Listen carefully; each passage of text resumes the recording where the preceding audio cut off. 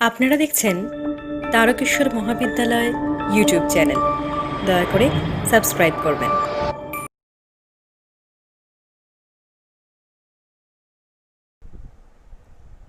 Online classes में आप सभी स्टूडेंट्स का स्वागत है। आज हम लोग तुलसीदास के पद पाठ का दूसरा क्लास कर रहे हैं। पहले क्लास में हम लोगों ने कवि परिचय पढ़ा था और पहला खंड। जैसा कि आप लोगों को पता है, इस पाठ में 3 खंड हैं। पहला खंड रामचरितमानस के किष्किंधा कांड से लिया गया है, दूसरा खंड कवितावली और तीसरा खंड विनय पत्रिका से। तो आज हम लोग तुलसीदास के पद का दूसरा खंड पढ़ेंगे और तीसरा। तो दूसरा खंड पढ़ना शुरू करते हैं, जो कि कवितावली से लिया गया है। जल को गए लखन है लरिका, परिखै प्रिय छाह घरिक वै ठाढ़े। पोछ पसेव ब्यारी करो, अरु पायो परवारहि। भूभुरि ठाढ़े तुलसी, रघुवीर प्रिय समजानिके। बैठे विलंब लौ, कंटक काढ़े। जानकी नाह को नेह लख्यो, पुलक्यो तनु बारी विलोचन बाठे। यहाँ तो पहले हम लोग शब्दार्थ देख लेते हैं। तो लखन यहाँ पे लक्ष्मण जी को कहा गया है, लरिका यानी बालक, और पसेव यानी पसीना, ब्यार यानी हवा, हवा करना, झलना। भूभूरी बालू को कहा जाता है, डाढ़े यानी गर्मी, और विलंब यानी देर, लौ यानी तक, मतलब अभी तक, अभी लौ।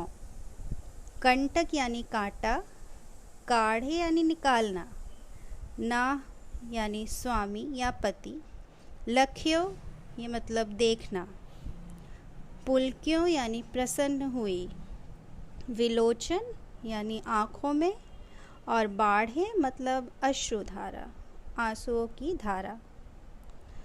तो यहाँ ये खंड, इस खंड में तुलसीदास जी ने उस समय का वर्णन किया है। ये प्रसंग है कि वन मार्ग में यात्रा में चलते चलते श्री राम, लक्ष्मण और सीता विश्राम करने के लिए बैठ जाते हैं। लक्ष्मण उन लोगों के पीने के लिए पानी लाने जाते हैं। सीता उसी समय राम के पैरों को तपन से मुक्त करने के लिए धोना चाहती हैं, और सीता के कष्टों को देखकर श्री राम की आंखों में आंसू आ जाते हैं। यहाँ सीता के प्रति राम के प्रेम की उदारता का चित्रण हुआ है। तो इसकी व्याख्या करते हैं। जल को गए लखन है लरिका, परिखे प्रिय छाह घरिक वै ठाढ़े। मतलब वनवास की यात्रा के समय सीता जी थोड़ा विश्राम करने के लिए श्री राम से आग्रह करती हैं, उनसे विनती करती हैं और कहती हैं कि हे करुणा निधान, बालक लक्ष्मण पानी लेने के लिए गए हैं, अतः पास के वृक्ष की छाया में थोड़ी देर खड़े होकर उनके आने की प्रतीक्षा कर लीजिए। तब तक मैं आपके श्रम बिंदु यानी पसीने को पोंछकर हवा करूंगी, और तपती हुई बालू से तप्त आपके चरणों को, मतलब तपती हुई मतलब गर्म बालू से जो श्री राम के पैर जल रहे थे, उन चरणों को धोएंगी वो। तो यहाँ तुलसीदास जी कहते हैं कि श्री राम सीता की मनोभावना को समझ जाते हैं, और वहीं बैठकर, यानी जब सीता कहती हैं श्री राम को कि तब तक हम लोग विश्राम कर लेते हैं और तब से मैं आपके चरणों को धो देती हूँ, थोड़ा शीतल हो जाए आपके पैर, लेकिन श्री राम उनके मन के भावों को समझ जाते हैं, क्योंकि वो सीता जी स्वयं भी बहुत थक चुकी थी। और तब श्री राम क्या करते हैं, बैठकर सीता जी के पैरों में उलझे कांटों को निकालते हैं। सीता जी स्वामी का अपने प्रति प्रेम देखकर अति रोमांचित हो जाती हैं और उनकी आंखों में आंसू आ जाते हैं, यानी खुशी के आंसू आ जाते हैं। तो यहाँ पे वनवास के यात्रा के वक्त जब लक्ष्मण उन लोगों के लिए पानी लाने जाते हैं, उस समय सीता जी जब श्री राम से कहती हैं कि वे उनके चरणों को धो के थोड़ा शीतलता प्रदान करें, लेकिन श्री राम उनके मनोभाव को समझ जाते हैं और उनके पैरों में चुभे हुए कांटों को निकालते हैं। इससे वे बहुत रोमांचित हो जाती हैं और खुशी के मारे उनकी आंखों से आंसू निकल आते हैं। अब हम दूसरा खंड पढ़ते हैं जो कि विनय पत्रिका से लिया गया है। तो यहाँ पे पढ़ते हैं, मन पछतई हैं अवसर बीते, दुर्लभ देह पाई हरिपद भज, करम बचन अरु हीते, सहस बाव दस बदन आदि नृप, बचे न काल बलीते, हम करि धन धाम संवारे, अंत चले उठिरीते, सुत बनितादि जानि स्वास्थ्य रथ, न करु नेह सबहिते, अंतहु तोहि तजेंगे पामर, तू न तजे अबहीते, अब नाथे ही अनुराग, जाग उजड़ त्याग दुरासा जीते, बुझे न काम अग्नि तुलसी कहूँ, विषय भोग बहु घीते। तो पहले यहाँ पे कठिन शब्दों के अर्थ देख लेते हैं। अवसर बीते यानी समय का निकल जाना, और दुर्लभ जो चीज़ बड़ी कठिनाई से प्राप्त होती है, और ही का अर्थ है हृदय। सहस बाहु एक राजा का नाम था। 10 बदन भी हम लोग जानते हैं कि रावण को कहा जाता है। काल यानी मृत्यु, बलि यानी बहुत शक्तिशाली, संवारे यानी सजाना या इकट्ठा करना, रीते मतलब खाली हाथ, और बनितादि पत्नी को कहा जाता है। पामर यानी नीच, नाथई यहाँ भगवान श्री राम को संबोधित किया गया है, मतलब नाथ। जड़ यानी मूर्ख, दुरासा यानी दुश्चिंता, जी यानी मन, और विषय भोग यानी जो ज्ञानेंद्रियों द्वारा गृहीत होने वाले पदार्थ होते हैं, जैसे रूप, रस, गंध, स्पर्श और शब्द। तो इस खंड में दास जी ने अपने मन को संबोधित किया है, और अपने मन को संबोधित करते हुए उसे सांसारिक विषयों से मुक्त होकर भगवान के भजन की ओर उन्मुख होने के लिए प्रेरित करते हैं। तो अब इसकी व्याख्या है कि तुलसीदास जी अपने मन को कहते हैं कि हे मेरे मन, समय बीत जाने पर तू पश्चाताप करेगा। मन पछतई हैं अवसर बीते, मतलब समय के बीत जाने के बाद तू पश्चाताप करेगा।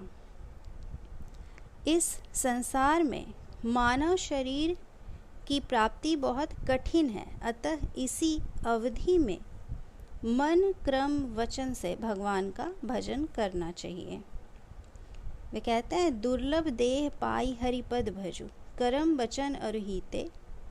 वे कहते हैं कि इस शरीर की प्राप्ति बहुत ही कठिनता से प्राप्त होती है, तो इसमें हमें मन, क्रम और वचन से, तीनों से, मन से भी, कर्म से भी और वचन से भी भगवान के भजन में लग जाना चाहिए।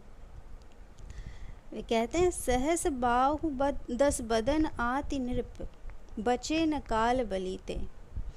वे कहते हैं कि सहस बाहु और 10 बदन जैसे राजा भी, 1000 भुजाओं वाले प्रतापी राजा, सहस्त्रबाहु यानी मतलब जिसके 10 भुजाएं होती हैं, और 10 मुख जिसको 10 बदन कहा गया है वाले महाबली रावण भी बलवान थे, लेकिन काल से बच नहीं पाए।